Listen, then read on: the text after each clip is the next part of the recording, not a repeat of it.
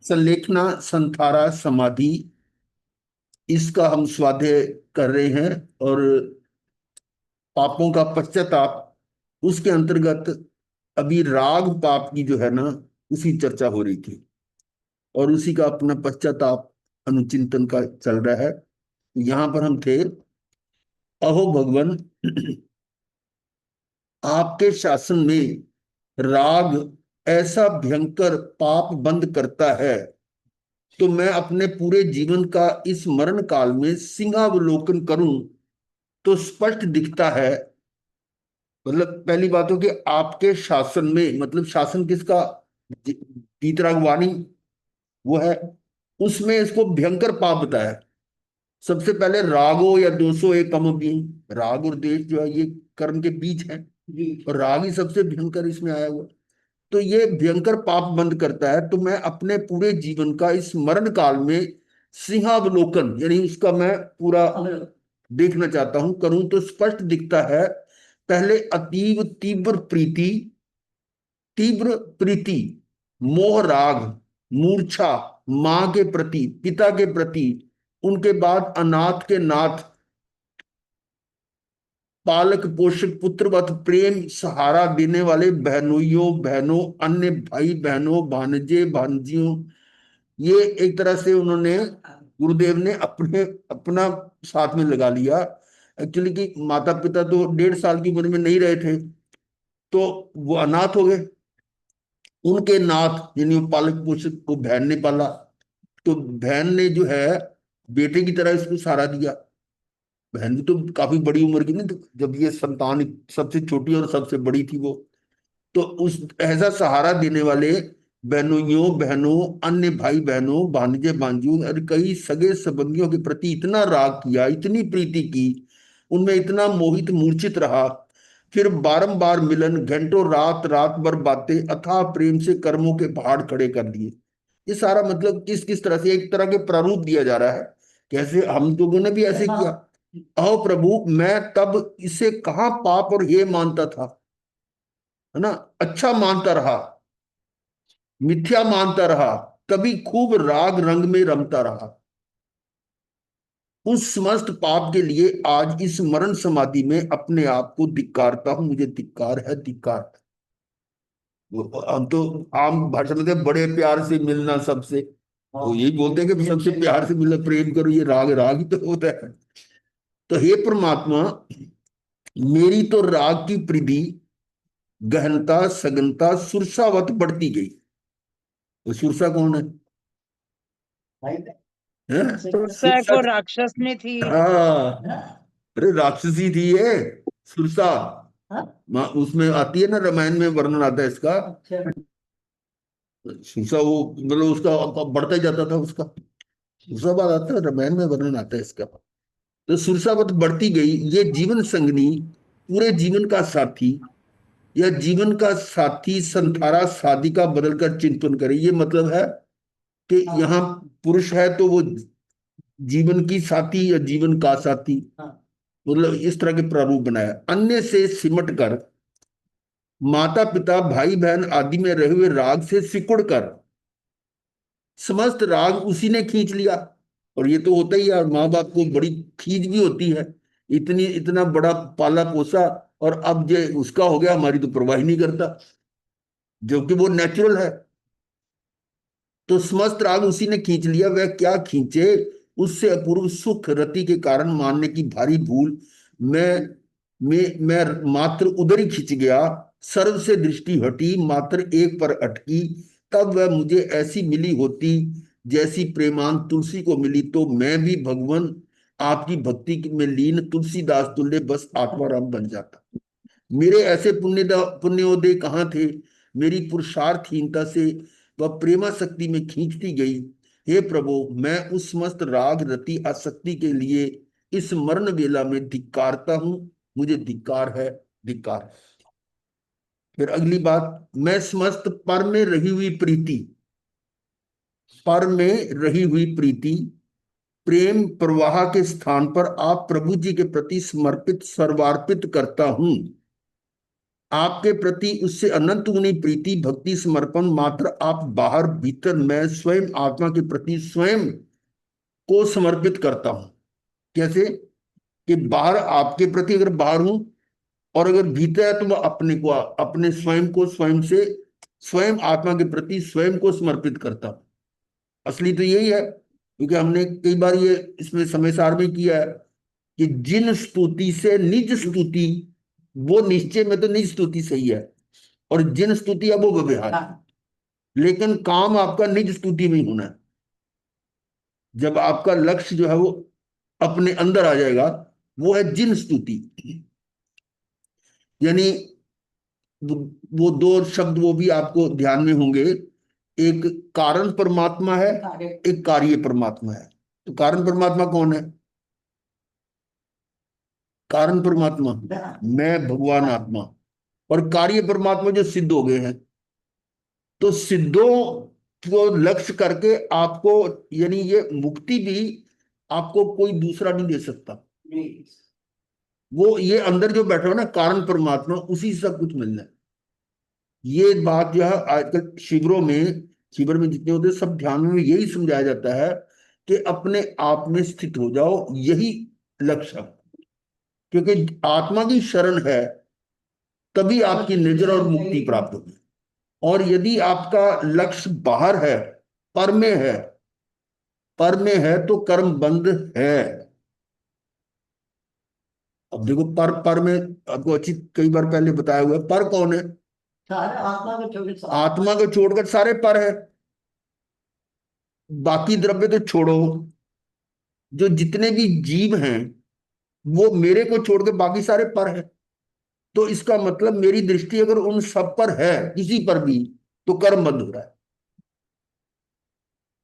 अब उसमें विशेष आपने पढ़ा था कुछ दिन पहले कि चाहे वो एक केंद्रीय जीव है, चाहे वो अरिहंत परमात्मा है, दोनों पर हैं।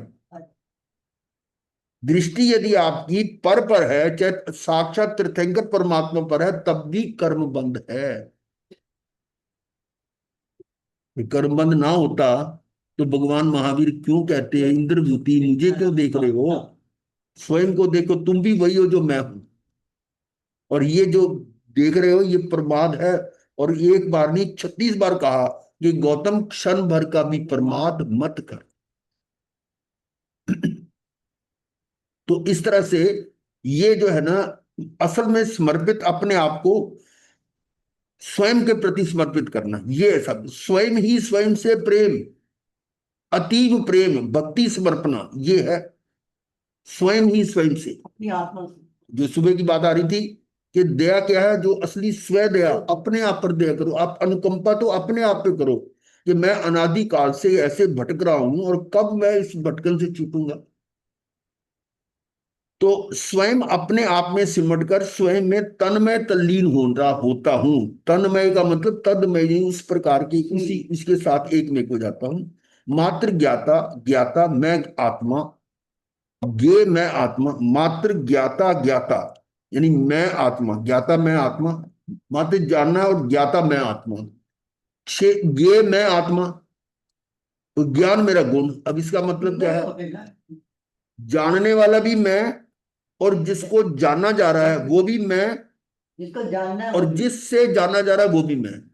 यानी ज्ञान से, ज्ञान को, ज्ञे को ज्ञान से ही जान रहा हूं, मतलब अपने द्वारा ही तीनों इसमें वो आगे क्या नाम है, छठ कारक जो सारे आगे, कर्ता ने कर्म को वो सारा करने वाला भी मैं, कराने वाला भी मैं, और सारे आगे किसके लिए, कौन कैसे, वो सारा है।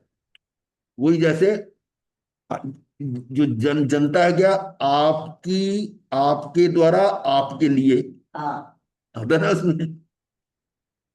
और दिल्ली पुलिस वाले लिखा होता है कि आपके द्वारा आपके लिए आपके साथ है, ऐसे ही आता था तो ज्ञे मैं आत्मा, ज्ञान मेरा निज गुण, तीनों की एक रूपता, एकता रूप मैं होता हूं, ये है एकता रूप होना का। ज्ञाता, ज्ञान और ज्ञे, तीनों एक। ऐसे ध्याता, ध्यान और ज्ञे, ये भी एक हो जाए। मैं हुआ जाता हूं, बस मैं आत्मा, बाह्य में दृष्टि जाए तो परमात्मा, और उनके जैसा मैं आत्मा। वहां पर भी दृष्टि के पीछे आपका सोच क्या होनी चाहिए कि जो जिनको मैं देख रहा हूं वो मैं भी वही हूं। तो वहां से हटकर स्व पर आ जाए तो वो देखना सही है। इसको हम कहते हैं अनुप्रेक्षा। अनुप्रेक्षा क्या होती है? यही तो। अपने आप अनुप्रेक्षा से तो कितने कर्म हल्के हो जाते हैं। यानी स्थिति घात और ये रस का रस घात और ये क्या नाम प्रदेश घात उस आ जाता है उसमें। तो वो ये जो अनुप्रेक्षा है उसका मतलब ये होता है कि जिसको आप देख रहे हैं, भगवान को देख रहे हैं, तो उनके गुणों को देखते देखते वो अपने अंदर उन गुणों को देखे, अनुभव करे, वो कहते हैं अनुप्रेक्षा। और ये अनुप्रेक्षा से कितने, यानी राजा श्रेणिक ने यही तो किया था। दिन बताता रहे। हाँ। तो ऐसे करके अ, हे सदगुरुदेव, कभी आपके प्रति प्रीति करता कि असंख्य ये संसारी संसार की प्रीति में जोर से खींचते और मुझे उलझाते रहते। ये सदगुरुदेव, कभी आपके प्रति प्रीति करता कि ये असंख्य, ये संसारी, मतलब वो आपके लिए टाइम नहीं निकाला ना, संसारी के संसार की प्रीति में जोर से खींचते और मुझे उलझाते रहे। ये जो संसार के लोग हैं, मैं दोष रहित नहीं हूं, मैं भी इंद्रिय शक्ति में इनसे आकर्षित हो जाता और फिर ये प्रियजन मेरा दम निकाल देते। कहती, आप तो मेरे सर्वस्व हैं, प्राणों से भी प्यारे हैं, प्राण प्यारे, है ना। मैं सच मानता, वस्तुतः इंद्रिय विषय पूर्ति में वह तो माया जाल रचती, नाटक करती, और मैं भी इंद्रियों का दास बन दासता करता रहा। अहो प्रभु, मुझे इस अंतिम समय में उसका भारी पछतावा हो रहा है। मुझे उस समस्त राग रति का धिक्कार है, मेरा वह पाप निष्ठुर। यानी ये पुरुष की तरफ से ऐसा, अगर स्त्री इसी की तरह बोलती तो उसको उसी हिसाब से बदल देंगे। आगे, राग का गिराव मेरे चारों ओर बढ़ता गया। राग का गिराव यानी राग का जो घेरा है मेरे चारों तरफ बढ़ता गया। जैसे ही नन्हे नन्हे बाल गोपाल है, एक के साथ अब वो बच्चे आ गए, सारा स्नेह उन पर उमड़ पड़ता। उनकी अटखेलियां, तुतलाती बोली, ठुमक ठुमक चलने को देख मैं भी देख देख मुस्कुराता। खूब रिझाया, खेला खिलाया, लालन पालन में भारी शक्ति और अमूल्य मनुष्य भाव का यौवन का पूरा काल बिता दिया। ठीक। जब आपका सत्समागम मिला और ज्ञात हुआ कि ये सब कृत्य, ये सब तो कर्म बंद है, और तो मैं चौंका, क्योंकि ये कर्म बंद है तो जो भी किया तूने, ऐसा कैसे? सारा परिवार, समाज, राज्य, नीति, पूरा संसार इससे प्रशंसनीय कहता है। जो भगवान ने बताया कि ये सारा कर्म बंद है, और संसारी तो बताते हैं ये तो बहुत अच्छी बात है। इस परिवार में आप बच्चों के साथ जो किस तरह से रह रहे हैं, उनका लालन पालन कर रहे हैं, जो भी कर रहे हैं, तो वो तो प्रशंसा करते हैं। तो आप गुरुदेव ने कहा, राग चाहे स्नेह वात्सल्य रूप हो, राग चाहे स्नेह वात्सल्य रूप हो। अब जो बोलो, ये आमतौर पे कहते हैं कि बच्चों से प्यार ना करें। हाँ क्या दोष है? माता पिता से प्यार ना करें? हमारा कर्तव्य है। हाँ, नहीं नहीं नहीं, उसमें दोष क्या है? बात ये समझने वाली है कि माता पिता को या बच्चों को जो आप स्नेह कर रहे हैं, प्यार कर रहे हैं, वो मोहवश कर रहे हैं। वही मोह के कारण वो यही है। ये जो स्नेह वात्सल्य रूप हो, ये मोहजन्य है। एक तो मोहजन्य है, उनके प्रति आपका मोह बना हुआ है, और लगाव है, आसक्ति है, स्वार्थ भी है। हाँ भाई वो बड़े होकर मेरे हमारे हाँ। चतुर्गति रूप संसार वर्धक है ये। थोड़ा चेता, पर अब इनको अधर में छोड़कर मुंह मोड़कर आपके साथ कैसे हो जाऊं? अब देखो फंस गया। अब बीच में कैसे छोड़ू? मार्ग नहीं मिला और भाड़ झोंकता रहा, पिसता रहा। आज मरण वेला में समझ में आ रहा है कि चाहे अरबों संसारी वही कर रहे हों, देखो मैक्सिमम 99% लोग यही कर रहे हैं। और जिस तरह के हम सोच रहे हैं, इस तरह की सोच वाले कितने लोग हैं, गिनती गिनती पर भी नहीं होंगे मतलब। तो बाकी सारे यही कर रहे हैं, तो वो उसमें देखता कि सारे तो यही कर रहे हैं, चाहे अरबों संसारी वही कर रहे हो, पर संसार बंधक है। फिर आपके वचनामृत अब गूंज रहे हैं कानों में। पर के कारण जो संसारी साधारण तय कर्म कमाते हैं, कर्म भोग के समय नहीं बांधव जन भाग बटाते हैं। पर के कारण जो संसारी, संसारी है, संसार में रहते हैं, पर के कारण साधारणतः कर्म कमाते हैं। वो कर्म क्यों कमा रहे हैं? पर के कारण ही कमा रहे हैं। पर में आपका शरीर भी आ गया, और परिजन भी आ गया, और सारा परिवार आ गया। और कर्म भोग के समय नहीं, अब जब कर्म का भोग होगा उसमें नहीं बांधव जन भाग, वो बांधव जन जो है ना, वो आपका वो अपने कोई हिस्सा नहीं है।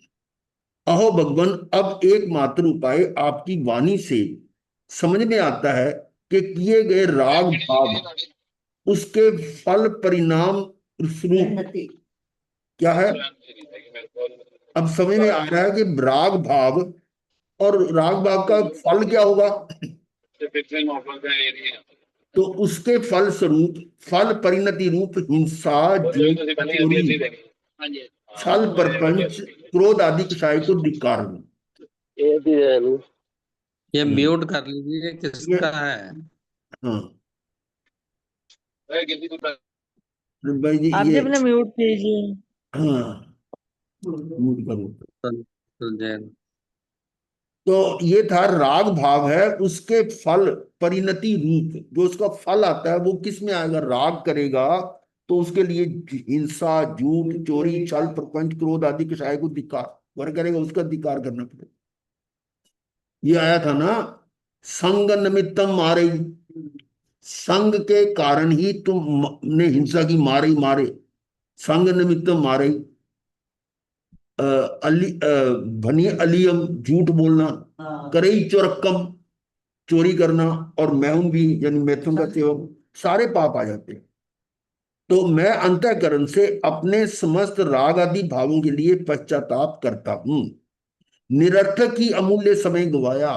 अब पश्चाताप कर रहा है कि अभी इतना टाइम गवा दिया तो मेरे हाथ में आना नहीं। इन संतानों, इनके कारण कितने ही परिजनों से प्रीति संबंध जोड़े, संतान, और उसके कारण फिर उनके आगे जो रिश्ते बनते रहे, संबंध जोड़े, बाह्य व्यवहार निभाया, और आपकी अमृत वाणी से ज्ञान ध्यान से वंचित रहा। अब उसी में लगा कबीलदारी में, भारी भूल कर इन्हीं में चाहे कितना ही रचा पचा, खूब योग्य बना दिया इन्हें, पर इनके लिए अर्जित पाप में ये हिंसा बटाने, मुझे पर भाव से उनके दुखों से बचाने नहीं आएंगे, ये नहीं आएंगे बचाने के लिए। अहो भगवान, मुझे अपने माने हुए प्रियजनों, परिजनों, सगे संबंधियों, परिचितों, मित्रों से जो राग रहा उससे परे हटता हूं। देखो, अपने माने हुए क्या मतलब, शब्दों को थोड़ा, शब्दों को ध्यान से समझो। अपने माने हुए, अब मैंने मान लिया पर है नहीं। और भगवान, मुझे अपने माने हुए, मैंने मान लिया कि ये मेरी माँ है, ये मेरा बेटा, ये मेरी पत्नी, ये मान लिया। हाँ, वो है अपने माने हुए प्रियजनों, परिजनों, सगे संबंधियों, परिचितों, मित्रों से जो राग रहा उससे परे हटता हूँ। उसका पश्चाताप कर अपने आप को धिक्कारता हूँ। मुझे धिक्कार है, धिक्कार है। मेरे वे राग जनित, मोह रंजित, ममता मूर्छा वाले समस्त पाप निष्फल हो, निष्फल हो। आगे है अगला प्रारूप। अहो सदगुरुदेव, मुझे वह राग मीठा लगता, स्वयं ही राग के स्थान पर रागियों के बीच रागी के पास जाता, वे तो फसाने हेतु तत्पर बैठे रहते, और मैं भूल में था। वे मुझे अति राग रंग में, रंग रेलियों में, सघन राग के वातावरण में घसीटते, और मैं स्वयं ही फिसलता, पिघलता और कर्म बांधता रहा। भगवान, आपकी साक्षी से सदगुरुदेव के समक्ष मैं अपने उस पाप को अंतःकरण से स्वीकार कर घोर पश्चाताप से धिक्कारता हूं। मुझे धिक्कार है, धिक्कार है, मेरा पाप निष्फल हो, निष्फल हो। देखो, ये ऐसा पाप है जिसको जल्दी से ये जो जीवन मानने को तैयार नहीं होता कि ये गलत है। ये प्यार करना, राग करना, ये पाप कैसे हो गया, है ना। वो तो भजन भी हमने सुना बचपन, ये मीठा प्रेम प्याला कोई पिएगा किस्मत, तो वहां प्रेम की हो रही है, यही तो है राग की। पर उस समय हमें नहीं समझ थी।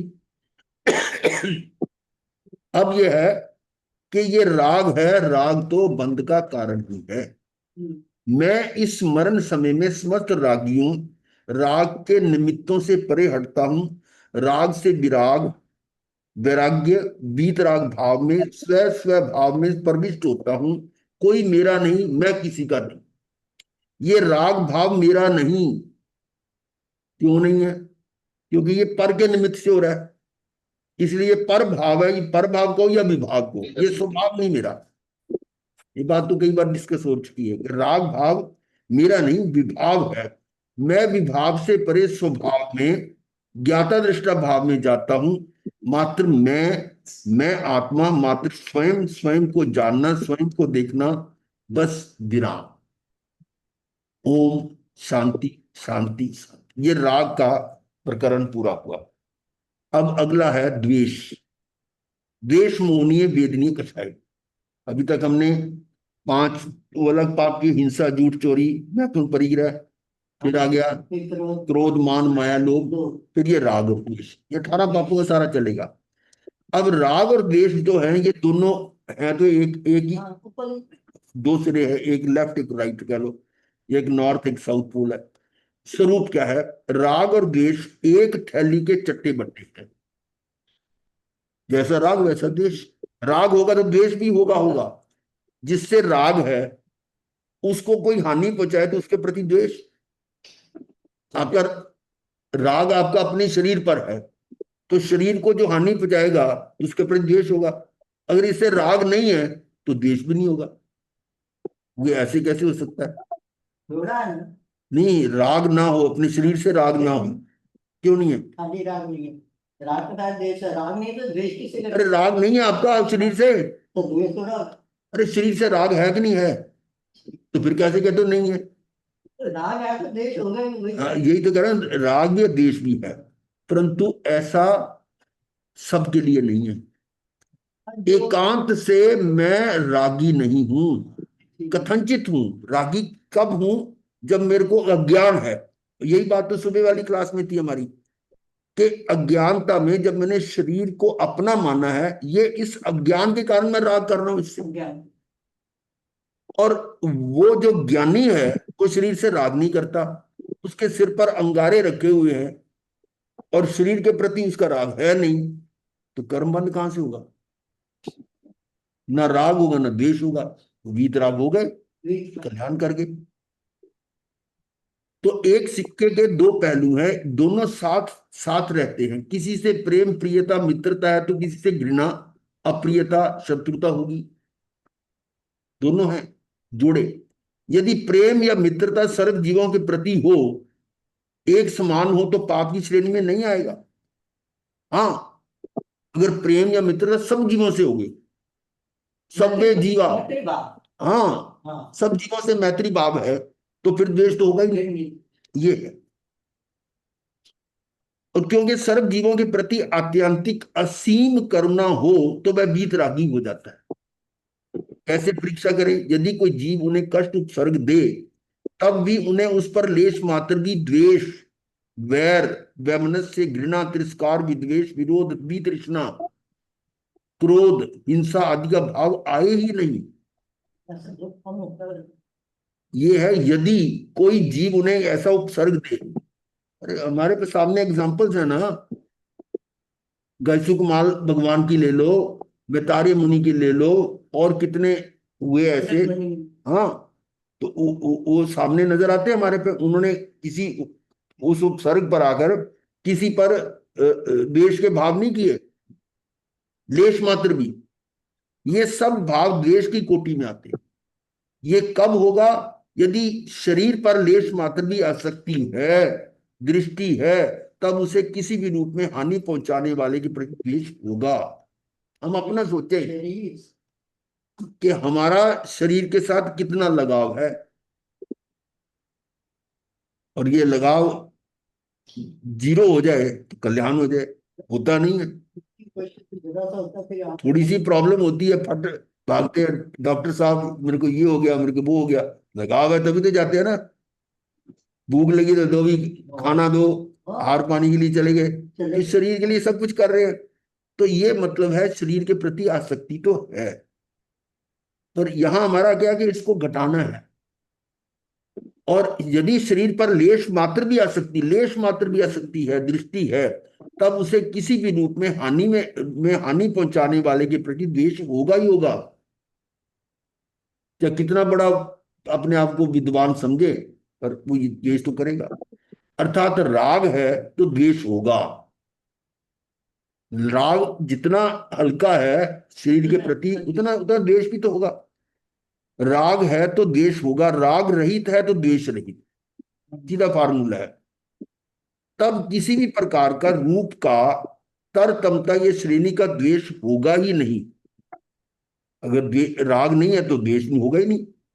इसलिए पंच परमेष्टि परमात्माओं के लिए गुणों से मुख्य हुआ वीतरागी, गुणों में मुख्य मुख्य हुआ, मुख्य इन सबसे वीतरागी अरिहंत और सिद्ध परमात्मा, जिनका अधिकांशतः राग चला गया है।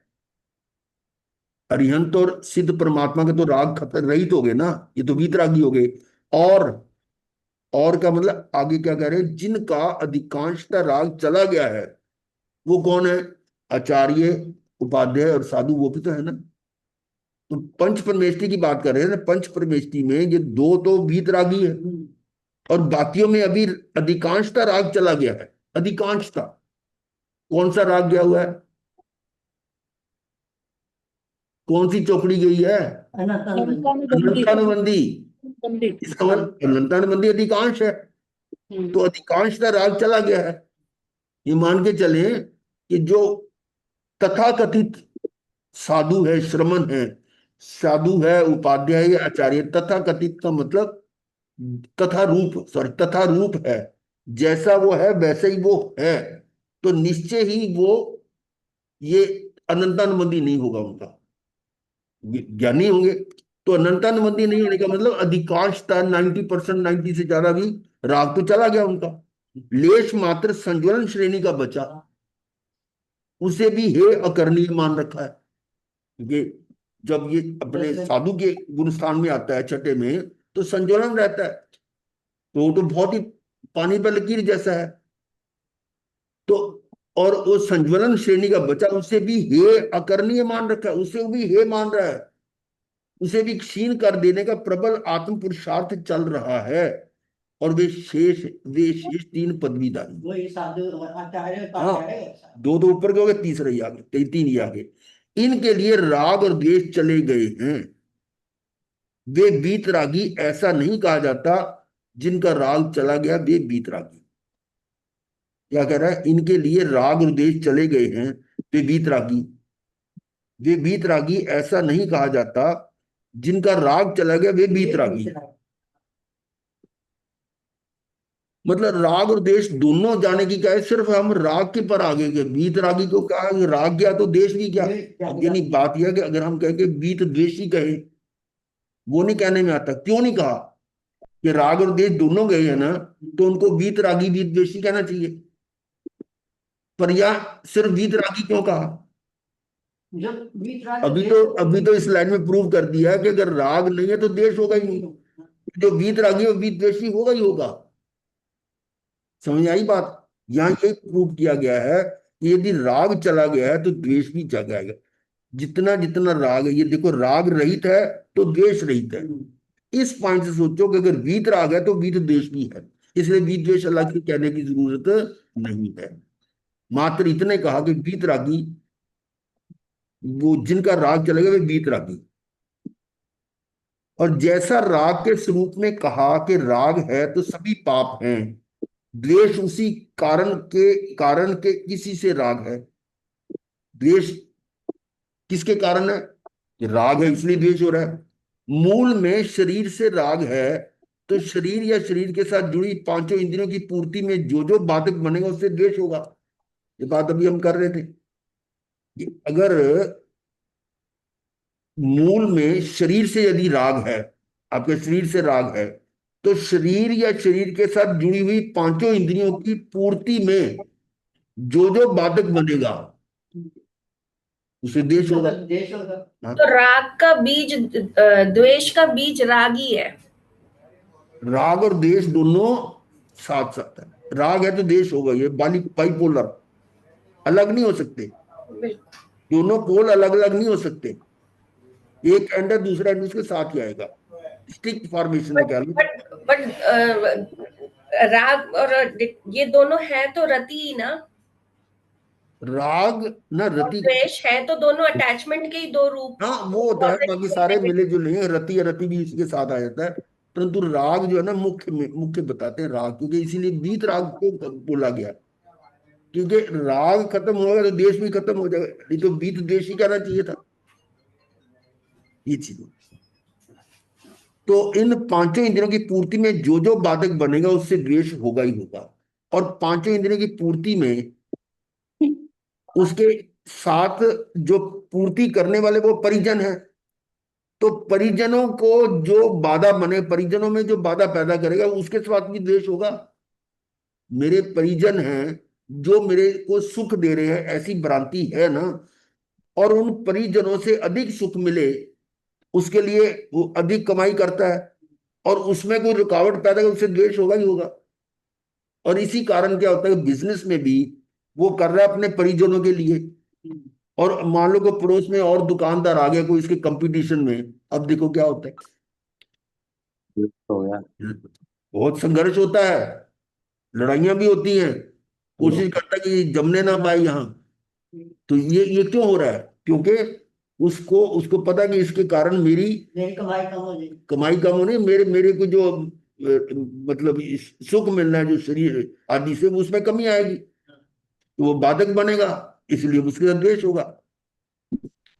इंद्रियों की पूर्ति के लिए परिजन आ गया ना, इंद्रियों की पूर्ति के लिए परिजन और धन वैभव से जुड़ा है, तो जो इन्हें हानि पहुंचाएगा, किसको, परिजन को या धन वैभव को जो हानि पहुंचाएगा, क्षतिग्रस्त करेगा, उससे द्वेष होगा। धन वैभव का साधन व्यापार, व्यवसाय, उद्योग, अध्यवसाय, नौकरी जो भी हो, धन वैभव का साधन कौन हो सकता है, व्यापार भी हो सकता है, व्यवसाय कोई अपना बिजनेस हो गया, या इंडस्ट्री होगी, उद्योग, या अध्यवसाय कोई और ऐसा कार्य है, नौकरी जॉब वगैरह कर रहा है, और उनमें जो बाधा पहुंचाने वाले, क्षति पहुंचाने वाले से द्वेष होगा।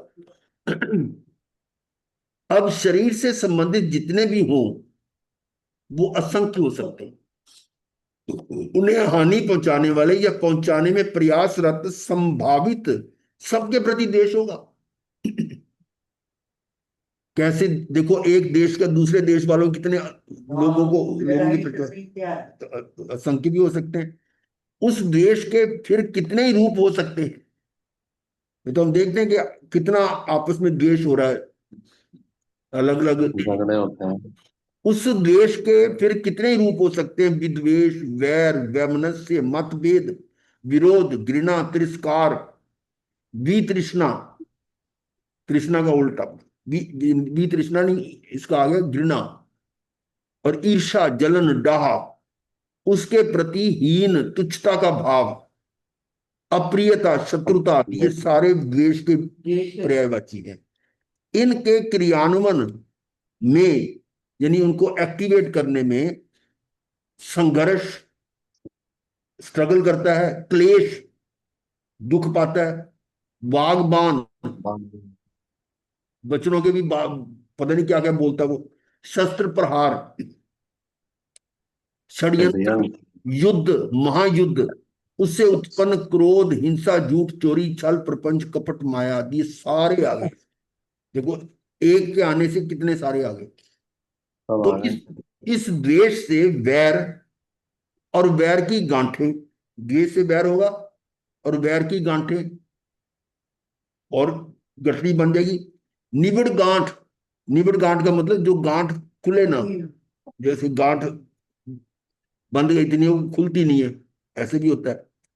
सात सात भव तक तो एक साथ एक दूसरे के बैरी के रूप में जन्म लेते हैं, कितने एग्जाम्पल जैसे भगवान पार्श्वनाथ का आता है। हाँ, 9 जन्म का।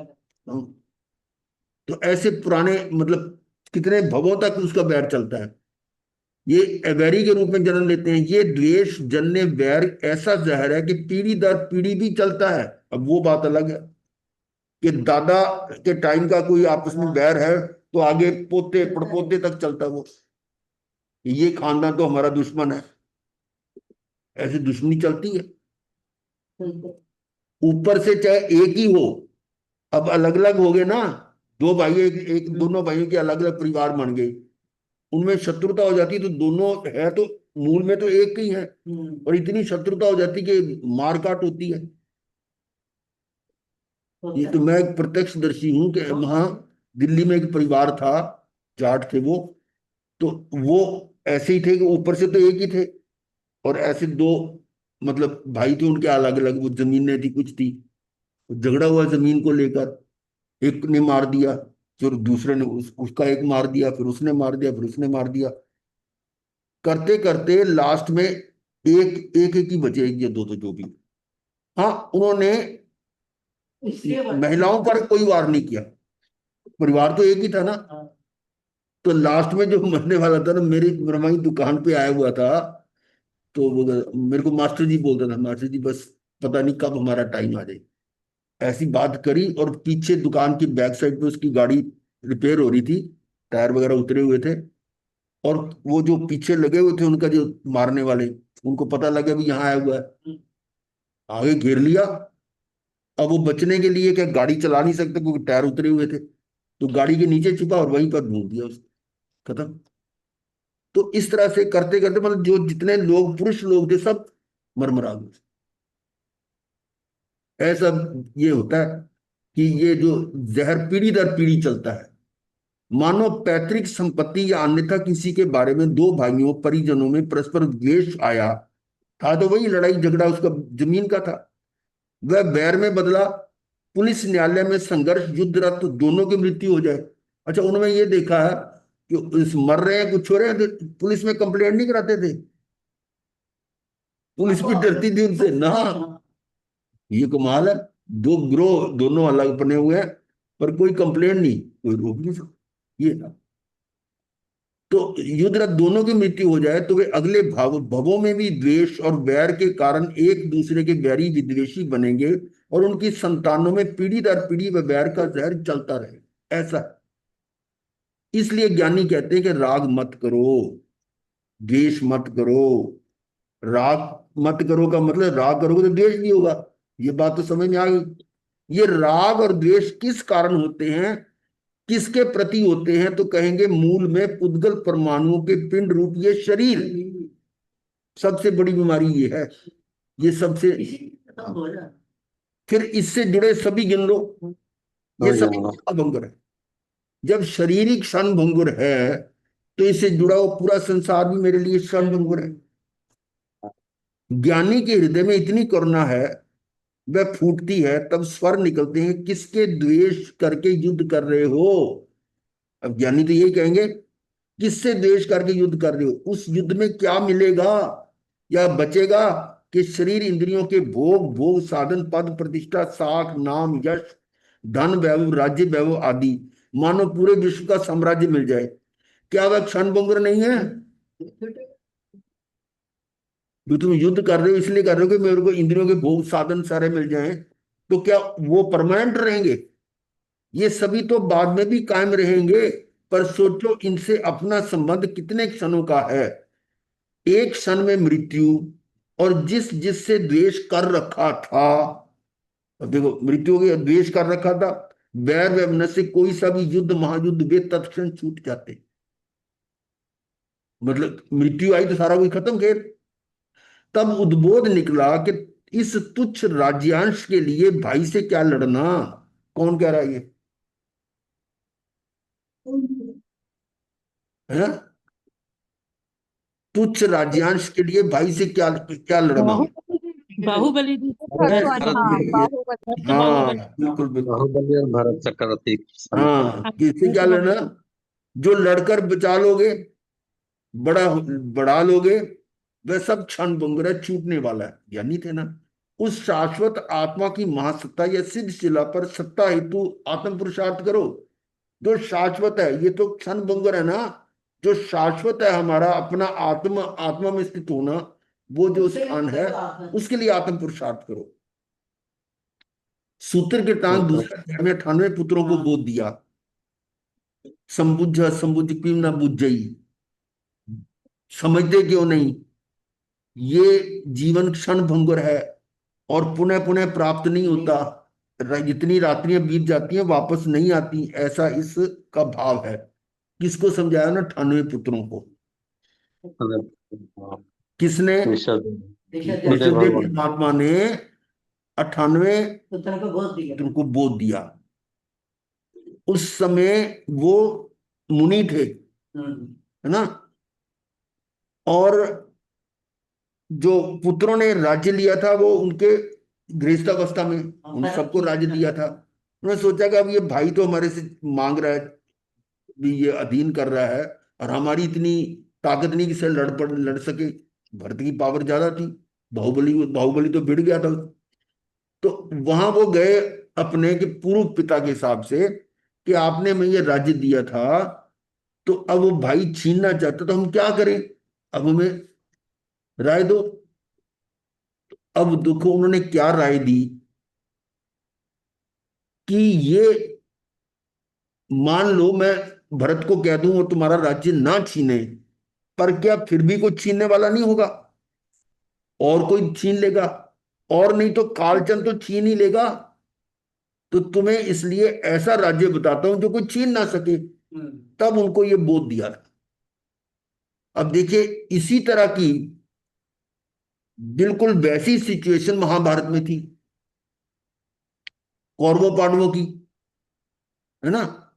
तो उनको जो कृष्ण महाराज जो हैं, वो क्या उपदेश देते हैं? मार, क्यों नहीं मारते हो? अपने आप के लिए लड़ो, मरो। यानी ये डिफरेंस है। हम कहते हैं ना कि सारे दर्शन, सारे धर्म एक ही हैं। उन्होंने प्ली तो वही ली कि शरीर तो हम है नहीं, आत्मा तो अजर अमर अविनाशी, आत्मा तो मरती नहीं है, और शरीर मर, शरीर मैं हूं नहीं, तो मारो। अब ये उपदेश दिया।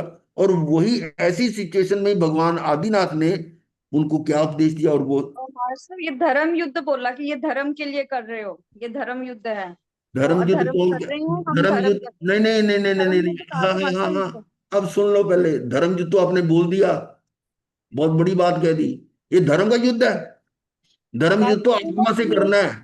ये कहा था उन्होंने कि हम धर्म युद्ध कर अरे रहे वही हैं। तो, इसलिए मैं कहता हूं कि जो कृष्ण महाराज का जो धर्म था, सिद्धांत था, वो हमारे धर्म से नहीं मिलता।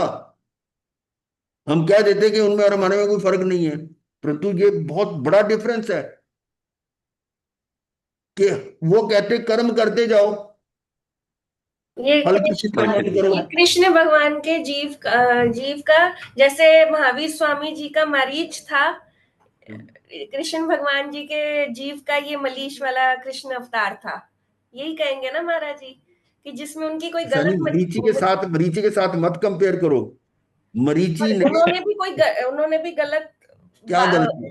नहीं, नहीं, नहीं, फिलॉसफी पकड़ी हुई थी तब। सुन लो। उन्होंने वो संयम जो है ना, जो जिस तरह से पालना चाहिए वो नहीं पाल पा रहे थे। उन्होंने वो शिथिलाचारी बन गए। परंतु मन में यही कहते थे कि मैं तो शिथिलाचारी हूं, सही धर्म तो भगवान आदिनाथ के पास है, तुम वहां जाओ। पर वो नित्यवादी भी हो गए थे ना, कि सब कुछ तो फिक्स ही है, मैं तो नहीं, नहीं, नहीं, वो सिर्फ अंत समय जो गड़बड़ हुई थी कि जितने भी उनके पास आते थे उनका शिष्य बनने के लिए, उनको शिष्य बनाने की बजाय कहता तुम वहां जाके शिष्य बनो, मैं तो साधुपना पाल ही नहीं रहा, मैं तो शिथिलाचारी हूं। पर अंत में जब वो अंतिम समय आ रहा था उनका, तो एक कपिल आया था, कपिल नाम का जो राजकुमार था, जिसने कहा कि भी आप मेरे को शिष्य बना लो, तो क्या आपके धर्म में और उसमें धर्म में कोई फर्क है? तब उन्होंने ये बात बोल दी कि मेरा भी वही धर्म है, उनका भी वही धर्म है। ये मिथ्या मिथ्या जो हुआ ना, मिथ्यात्व के कारण वो भटके गए इस तरह से। तो कृष्ण जी की क्या गलती थी? कृष्ण जी ने तो युद्ध करा दिया। तो मेरे को उनकी भी और डीप में उनकी सोच में क्या गलती हो रही थी? उन्होंने कराया तो कुछ सोच था, अपनी समझ में तो उन्होंने वो सही मत राजनीति से कराया ना। राजनीति राजनीति राजनीति को धर्म नीति से मत जोड़ो। वो राजनीति है। शटे शट समाये रही, कई शट को सांख्य मत शटता था से ना ऊपर दो। गुरुदेव, संसार हाँ, के ही सांख्य मत। सोची उन्होंने, आत्मा की ये नहीं देखो सोची। ना भाई, उन्होंने उग्रवादियों ने वहां कोई पठानकोट में वो केस किया, तो उसका जवाब हाथ जोड़ के थोड़ा देंगे वो। भारत ने क्या किया, कर दिया ना काम। ये तो राजनीति है। ये राजनीति है। हमारे सब ये भी नहीं, सोच पर सकते हैं ना कि उन्होंने तो ये सोचा था ना कि किंतु आने ये वाले निश्चित टाइम है। में जो नहीं हमारे ये सब ये गलत भी जो सोच सकते हैं ना कि महाभारत का युद्ध तो होना ही था, कृष्ण जी निमित निमित थे, उनके निमित्त से युद्ध तो अरे होना ही था गलत उनके गलत नेतृत्व सोच में। रहे हो। निमित्त नहीं, वो करता थे, उन्होंने करवाया। करना कराना अनुमोदना, निमित्त कहां से आ गया? करना कराना अनुमोदना, वो प्रेरणा दी उन्होंने। गुरुदेव सांख्य मत उन्होंने ही तो दिया था, हाँ, सांख्य मत उन्हीं का था। तो वो अभी अपन इतना तो पढ़ के आए पूरा सांख्य ये मत। सांख्य मत जो हमारे जैन मत से अलग है। हाँ जी। सांख्य मत में कहते हैं कि आत्मा तो अकर्ता है, और हमारा ये भी समय सार में यही बदन चल रहा था कि हमारे धर्म में आत्मा कथनचित अकर्ता है। कथनचित, तो वो कहते हैं एकांत से अकर्ता है। ये डिफरेंस है। उन्होंने अर्जुन को ऐसे ही तो प्रेरित किया था, सांख्य मत हाँ, का वो गीता वो ये जाके पेड़ दिया कि आत्मा तो अजर अमर अविनाशी, इसमें तो कोई विकार होता ही नहीं है। ये तो अजर अमर अविनाशी, मरता ही नहीं है, हाँ तो जी। तुम्हारा शरीर में है ही नहीं। तो ये उन्होंने जो है ना ये, मैनिपुलेट कर ली बात, उनको अरे भाई, मैनिपुलेट कर। आपने सुबह वाली क्लास नहीं देखी, उसमें मैं दोहरा देता हूं। वहां पर ये प्रश्न आया था कि ये जीव जीव और प्राण दोनों एक हैं या अलग अलग हैं? जीव और प्राण, प्राण यानी 10 प्राण हमारे काया के प्राण प्राण, अलग, प्राण दोनों एक हैं या अलग अलग हैं? अलग अलग। तुम्हारे सब जीव के ही तो 10 प्राण हैं। जीव के हैं? कहाँ बैठे हो? अलग अलग है महाराज जी, अलग अलग है। शरीर में ऐसा अलग है। अभी देखो, अभी तो कंफ्यूज मत होना कि जीव और ये प्राण दोनों एक मेक हैं या अलग अलग हैं। हम अलग दोनों अलग थ्योरम पर चलेंगे, थ्योरम दोनों की है।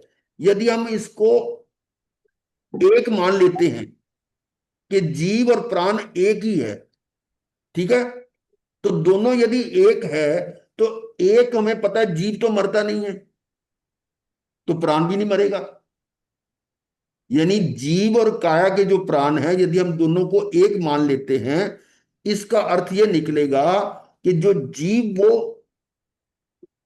अजर अमर विनाशी, जीव तो मरते नहीं, जीव का विनाश होता नहीं। इसका मतलब काय का विनाश भी नहीं होगा, पर काय का विनाश तो हम देख रहे हैं। इसका मतलब ये थ्योरम गलत हो गई। अब हम कहते हैं कि जीव और शरीर प्राण दोनों अलग अलग हैं। जीव ये है, प्राण ये है, दोनों अलग अलग हैं। तो जब दोनों अलग हैं, तो एक के कटने से दूसरे को दुख क्यों होगा? दो चीजें अलग अलग हैं।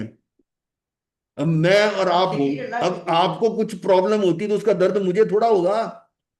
दोनों अलग अलग हैं यदि, तो ऐसे जीव और शरीर के प्राण दोनों अलग अलग हैं, तो एक के कटने से दूसरे पर कोई दुख नहीं होना चाहिए, है ना? तो इसका मतलब ये अलग भी नहीं है। संयोग में है, बस संयोग में हो गए ना। लोहे और नहीं अग्नि नहीं का नहीं नहीं बताया था आज नहीं, आपने नहीं, सुबह। अभी अभी थोड़ा सब्र करो, क्योंकि सुबह लोहा क्लास और है ना, कि ये एक भी नहीं है और अलग भी नहीं है, पर कथनचित एक है। कथनचित का मतलब क्या है, उसको समझाया गया था कि एक लाल तपा हुआ गोला है, लोहे का, लोहे का गोला है जो पूरा तपा हुआ है। उस समय उस तपे हुए लोहे में से अग्नि हटा सकते हो? है ना? नहीं हटा सकते, नहीं हटा सकते। उस समय एक है। उस समय वो दोनों ही नहीं। उसके साथ एक मेक है, कि लोहा और अग्नि एक है। उस स्थिति में, इसी प्रकार से वर्तमान स्थिति में मैं जिंदा हूं, तो मेरा और जीव का और शरीर के प्राण एक में का अलग नहीं कर सकते। और जब मैं मर जाऊंगा तो इसको कोई जोड़ने पे तो अलग अलग है ही। तो इसका मतलब कथनचित एक है ये। इसी प्रकार से आत्मा कथनचित करता है, कथनचित अकर्ता है। जब वो ज्ञानी है तो अकर्ता है, जब अज्ञानी है तो वो करता है। ये बात आई। अब उस तरह की बात सांख्य मत की हमने काफी डिटेल 3-4 दिन हमारी चर्चा चली है, और वही वही बात यहां आ रही है। हम कैसे कह देंगे कि सांख्य मत और हमारा एक ही है? और अभी तो चर्चा अगली चली है, बौद्ध मत की चल रही है। यार ये था कि इससे तब उद्बोध निकला कि कुछ तुच्छ राज्यांश के लिए भाई से क्या लड़ना, जो लड़कर बचा लोगे, बढ़ा लोगे, वे सब क्षण भंगुर है। और छूटने वाला इस शाश्वत आत्मा की महासत्ता या सिद्ध शिला पर सत्ता हेतु आत्म पुरुषार्थ करो। ये बोध दिया भगवान आदिनाथ परमात्मा ने आने बुद्ध। तो क्या कहा, या बाहर लड़कर युद्ध कर क्या मिलेगा? अपने इस शरीर से, कर्म शरीर से, अपनी कषाय या द्वेष वैर रंजित इस आत्मा से युद्ध लड़ो। यह आचार्य सूत्र में भी है और उत्तराध्ययन सूत्र में भी आता है, नमी पवज्य में, कि जो सैकड़ों के हजारों सहस्त्रों योद्धाओं को जीत लेता है और उसके मुकाबले में एक आत्मा को जीत लेता है, वो ज्यादा बड़ा योद्धा है। आत्मा को जीतना ऐसा आता है। तो वह इस आत्मा से युद्ध लड़ो और उस पर विजय करने वाला परम जयी होता है। अगर उसको विजय कर ली तो अब सारा विजय हो गया। ये था द्वेष और द्वेष जन्य इतने पापों की विकरालता, उससे बंधने वाले अनंत कर्म और उसके फलस्वरूप अनंत भव भ्रमण के अनंत जन्म मरण, ठीक है, चतुर्गति के अधोगति के दुखों को ध्यान में रखकर साधक प्रथमतः द्वेष पाले ही नहीं कि मुझे द्वेष नहीं करना। यदि हो गया तो तुरंत उसका पश्चाताप कर मिटा दे। अब ये द्वेष जो है ना, ये कई बार प्रकट नहीं होता, मुंह से तो बड़ा प्यार से मीठा बोलते, अंदर में कड़कड़ाहट होती है द्वेष। तो इसका मतलब ये मन वचन का तीनों से ध्यान से समझना पड़ेगा। उसको तुरंत उसका पश्चाताप कर मिटा दे। परंतु हम तो संसारी हैं, हमारे तो ऐसे कारण होते हैं कि द्वेष वैर विरोध संघर्ष भी होते हैं। जब तक जीवित हैं तब तक तो प्राप्त साधन संपत्ति धन वैभव पद प्रतिष्ठा को बचाने के लिए सब करने पड़ते हैं, है ना। ये तो आम लोग बोलते हैं, क्या करें।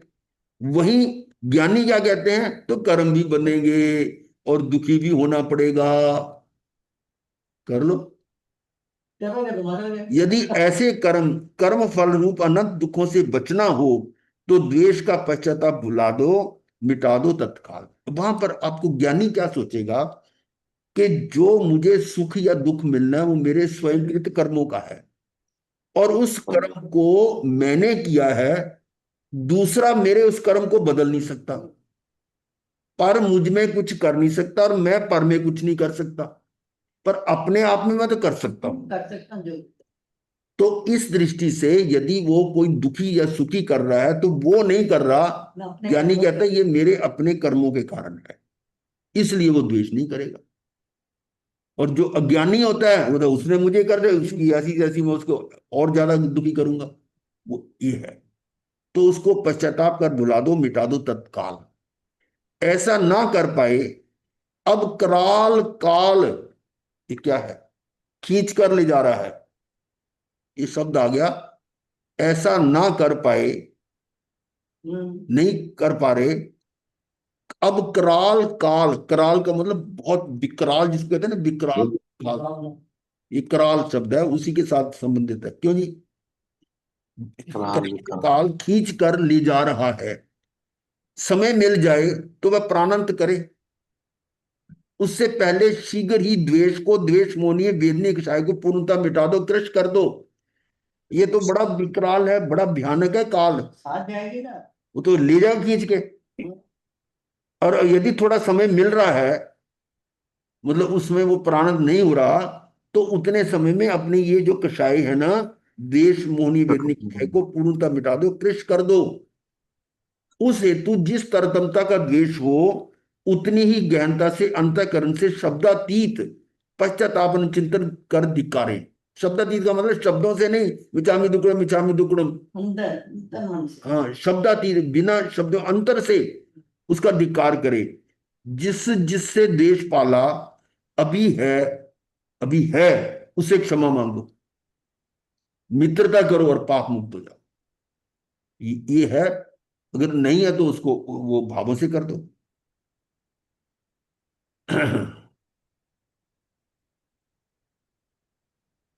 चल थोड़ा सा भजन का हाँ। ले लेना।